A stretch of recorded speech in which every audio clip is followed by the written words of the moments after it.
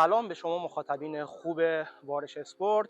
تیم فوتبال داماش گیلان در پشت سر من داره آخرین تمرینش رو توی زمین تمرین دانشکده تربیت بدنی دانشگاه گیلان انجام میده که فردا به مصاف نیروی زمینی بره. نیروی زمینی که ما هوادارهای داماش خاطره خوشی ازش نداریم و این نشون دهنده اینه که حساسیت‌های این بازی به غیر از اینکه حالا اولین بازی خونگی ما و انتظار گرفتن 3 امتیاز رو ازش داریم، حساسیت ویژه‌ای هم برای ما هوادارهای داماش داره.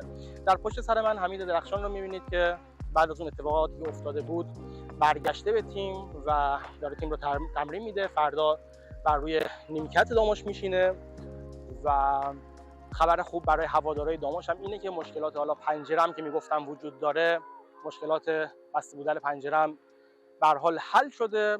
امروز هوادارا هم سر تمرین اومدن که تیم محبوبشون رو تشویق کنن، به بازیکن‌های جدیدی که به تیم ملحق شدن روحیه بدن که به هر حال فردا ما بتونیم بهترین نتیجه ممکن رو در مقابل تیم نیروی زمینی تهران بگیریم.